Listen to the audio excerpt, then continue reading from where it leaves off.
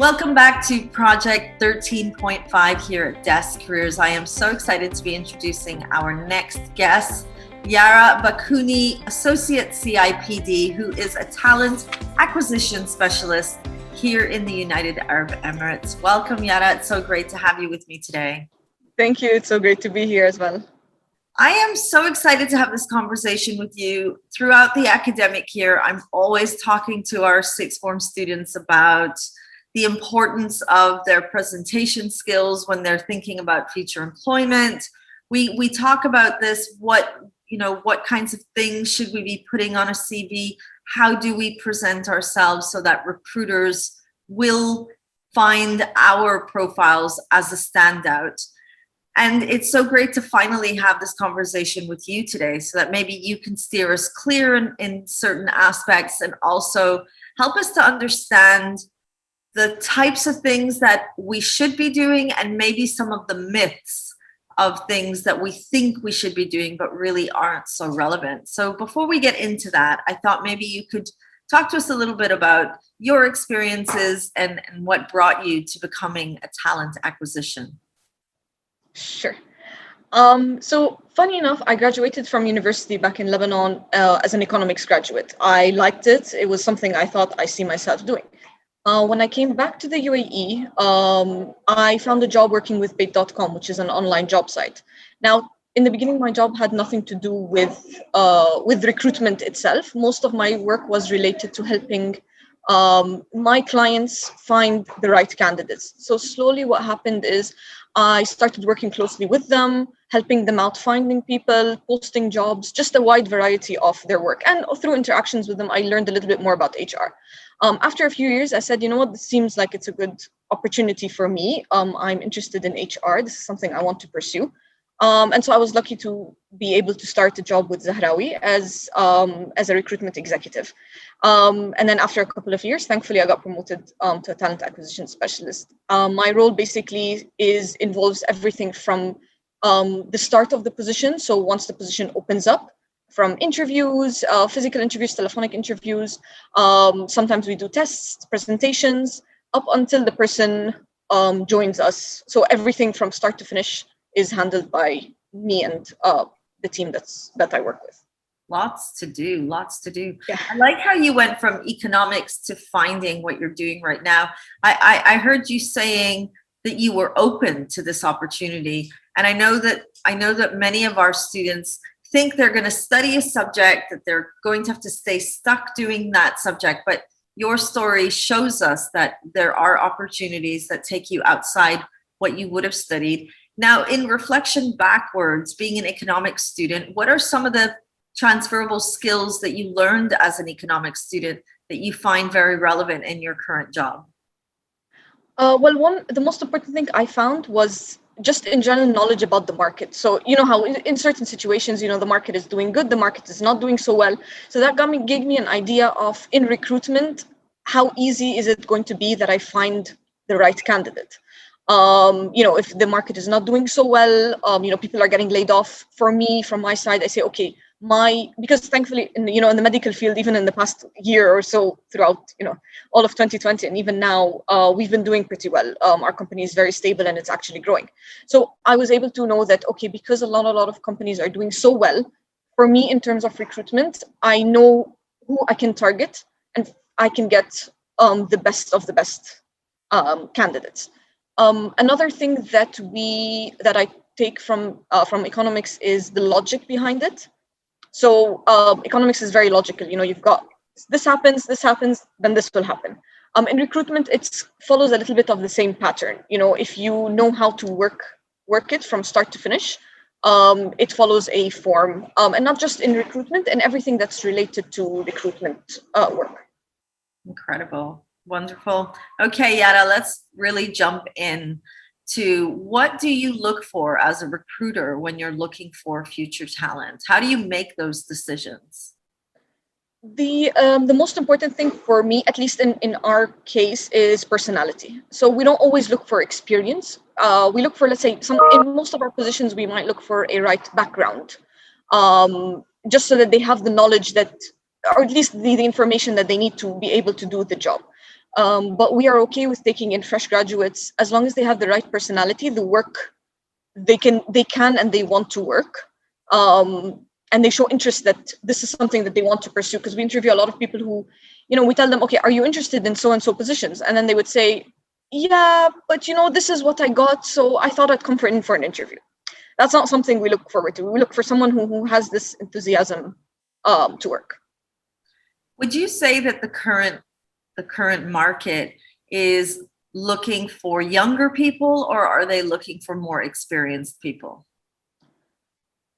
It's a little bit of a mix. I mean, again, it depends on the position. So, for example, if we have a position where someone will have to maybe lead a team, obviously we are looking for someone with experience, but we are very open to hiring fresh graduates or people with not a lot of experience, as long as they show willingness to grow and learn and want to do it. So it really depends on the position that you're hiring for. Of course, no company would say no to not getting someone with experience. But then again, you have to also balance the person's experience, if they're interested in actually leaving their company and moving on to better opportunities, and the position itself, what kind of people we're looking for. So let's go back into what you're looking for, but this time in terms of a personal representation, like a CV. Do you use CVs more, or are you looking more online using LinkedIn, for example, in recruiting and shortlisting? So personally, I've got access to a lot of different options. So I have LinkedIn. I have a recruiter light seat, which basically gives me access to search more than the regular regular LinkedIn account. I can filter by specific keywords, by titles, by locations, even the preferred locations as well. So it gives me better options. I also have access to multiple other websites and our own careers email, word of mouth, internal emails. So there's a lot of different places to get, but essentially I will be looking at a CV. So it's not like I will, sorry, there's a fly. It's not like I will be just, focusing on one platform and then that's it. I look at different platforms, look at the CV of the person, read the CV. If the information is available, I'll decide whether I'm going to contact this person or not. If not, then... So for a CV, it would mean that there would be a job opening that you would have posted and people apply to that opening, or is it more referral basis? So I know someone who knows someone that knows there's a position, I send my CV. To be honest, it's both. It depends on the position as well. So some of our positions, due to whatever reasons, might be confidential, so we don't always post it. So that would be just focusing on me directly searching for people. I might know someone who maybe might know someone. I'll inform them, we've got this so-and-so position. Do you know anyone?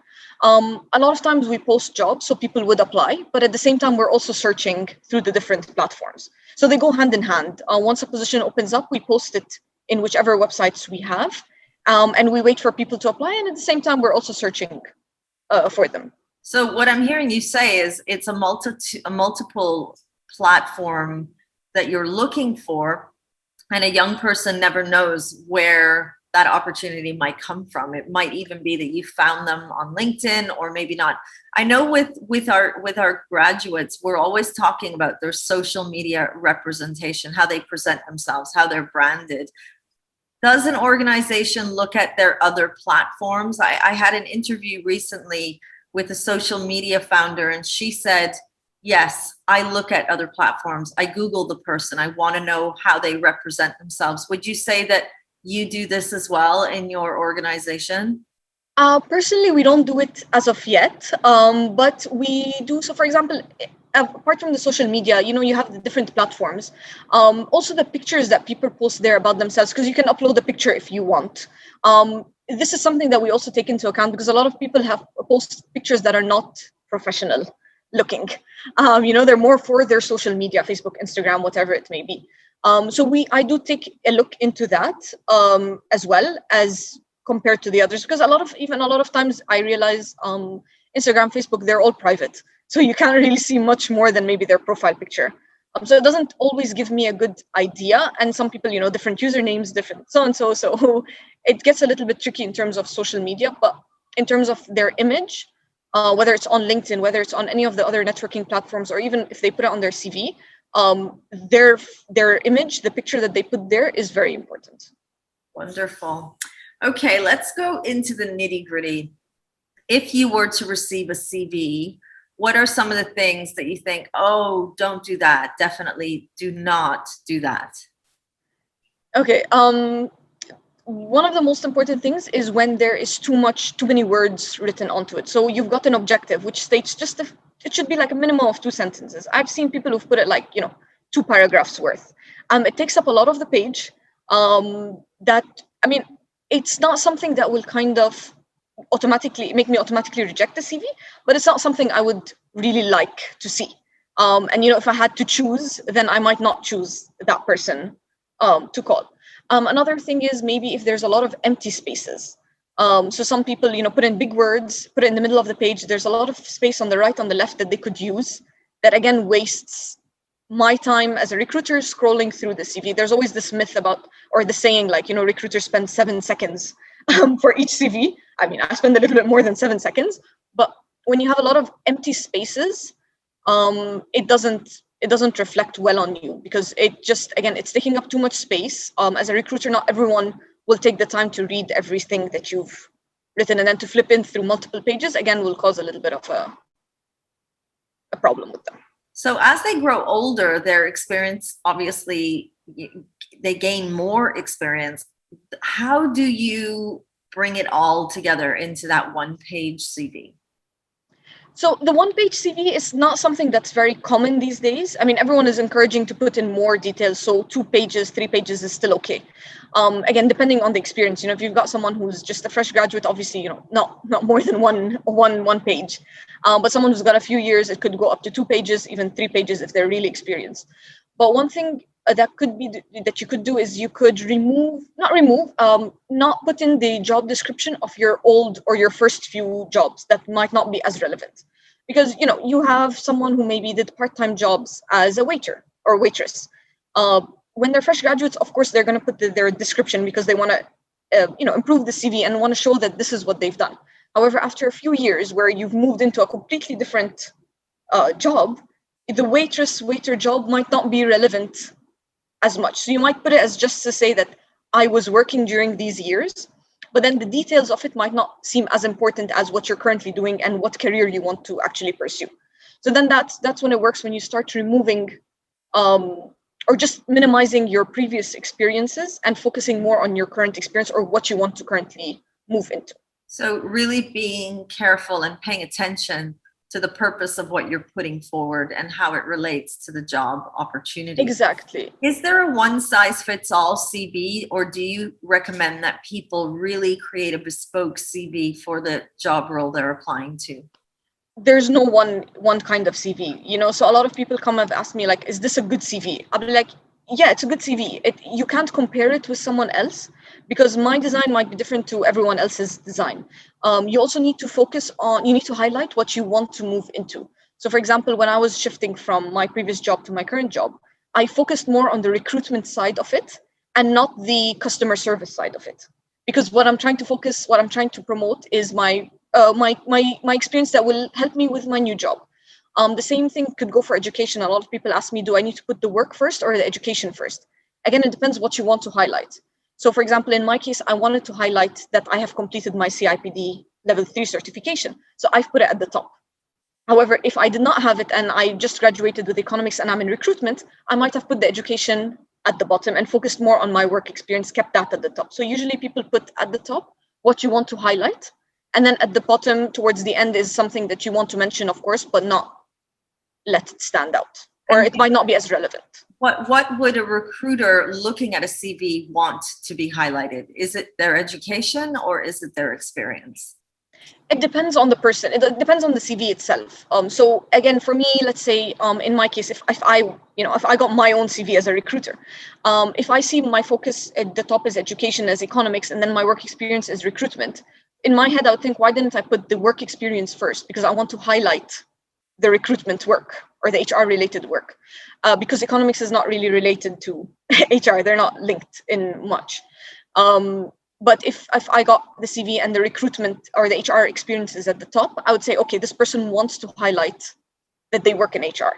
And so that's what I would focus on. However, the bachelor's or whichever degree they have is not to not be considered. It's important, of course, but it might not be as highlighted as their experience. So whenever in doubt, a person should be focusing on the experience that relates to the job role, or should they be focusing more on the education that relates to the job role? Or does it just always come down to do what feels right for you and wish for the best?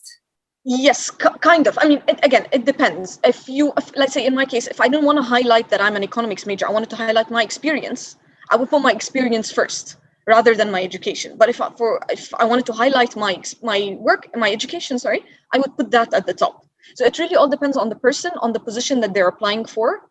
I wouldn't want to promote myself as an economics graduate if I'm moving into HR. Of course, I'm proud to be an economics graduate, but in HR, I need to promote what I am doing to improve my chances of getting a new job. I think I'm trying to pin you down as a recruiter saying, tell us what the right thing is, because you're a recruiter. What is that right thing? We kind of want to know, how do we get it right without making a mistake?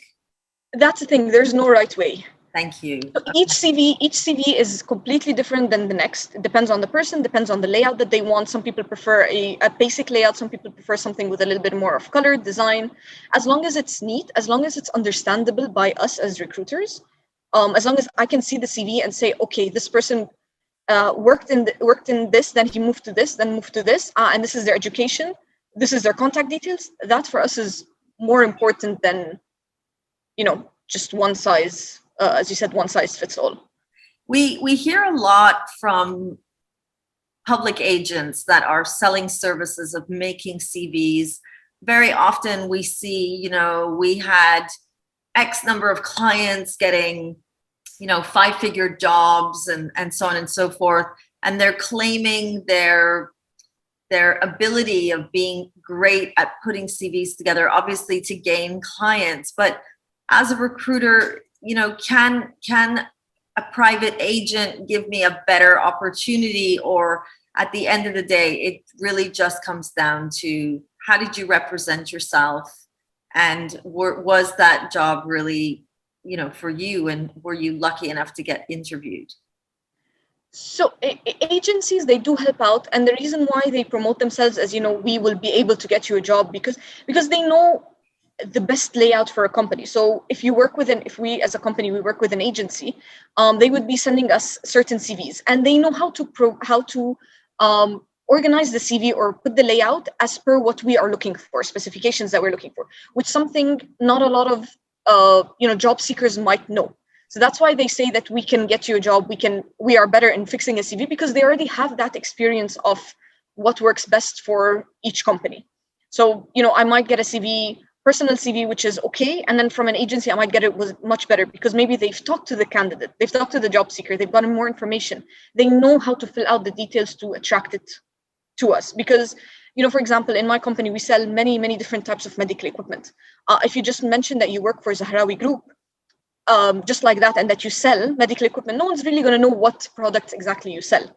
However, if you emphasize exactly what kind of products you sell, then this will give you a better kind of step up compared to the others. So it's just a matter of how you phrase the CV, which maybe not a lot of job seekers would know how to do it, especially fresh graduates. Okay, so really secrets of the trade in getting this right. Yeah, the most important thing is keywords, is to write down what you do and what you're looking for in while emphasizing your experience or your education with certain words that we as recruiters can pick up. Because how we search for people is we have different options and we have keywords mainly which we use. So if I'm looking for someone with a certain experience or they know of a certain program, that's what I will search. If a job seeker does not have that in his CV or her CV, but they know it, how am I supposed to find that person if they haven't mentioned it? And I appreciate that you're bringing this up with keywords, which brings me to my next question. Do you do this manually or do you use an ATS system to pick up on these keywords? Depends on the website, but we fill in the keywords that we're looking for and the system will filter it out. So the different platforms that we use. In my company, currently, we are almost done completing our ATS system. But again, when we come to search, we will put in the keywords that we want, and then that will give us a list of the candidates who have sent their CV and at the same time have mentioned those words. So if the person has not mentioned those words, the system can't pick it up because it's not a it doesn't know every single person who sends in their CV. It just picks up those words that we are looking for. And is the ATS system very common, or really does it depend on the enterprise and the organization? Because I'm also thinking, you mentioned that sometimes there's CVs and sometimes you look at these on your own. So when you're looking at them on your own, are you scanning through for these keywords, or is it a different method of selecting when you do it manually? So when I'm searching for candidates, let's say through LinkedIn, through Bait, through Naukri, these are different platforms that we use. We have both options. So we've got the option where the candidate has filled out his or her details on the system itself, and then they have the option of uploading their CV. So in all the platforms, I have access to both of them. That's why a lot of people keep complaining, like, why are you asking me to fill out all my details and at the same time upload my CV? It's either or. It's so that the system can pick up these specific keywords that you would like to highlight. So it's both. The ATS definitely does help because one, you will have all the CVs in one place. We have options of putting them in folders depending on our need, things like that. So that's why it is important to put in as many keywords, because we as recruiters want to be able to find that person. So many questions, so many questions. Let's move into the actual job interview. When you're interviewing a candidate, keeping in mind that these are fresh graduates, maybe never had any experience even with a part-time job interview, what are some of the top tips that you have for a person who will be preparing for an interview? So I know this is a little bit, it doesn't make any sense to say, but try not to be so nervous. In the end, in many of the companies, previously before I moved with, started working with Zahrawi, when I was doing interviews, it is very nerve-wracking. You don't know the people you're meeting. You want a job. You don't know if they'll like you. It's very stressful. But in the end, you have to think of it as a conversation. And this is something we try to promote, especially for the fresh graduates, that it's just a conversation that we're having. Depending on the culture of the company, of course, you have got the companies that are a little bit more strict.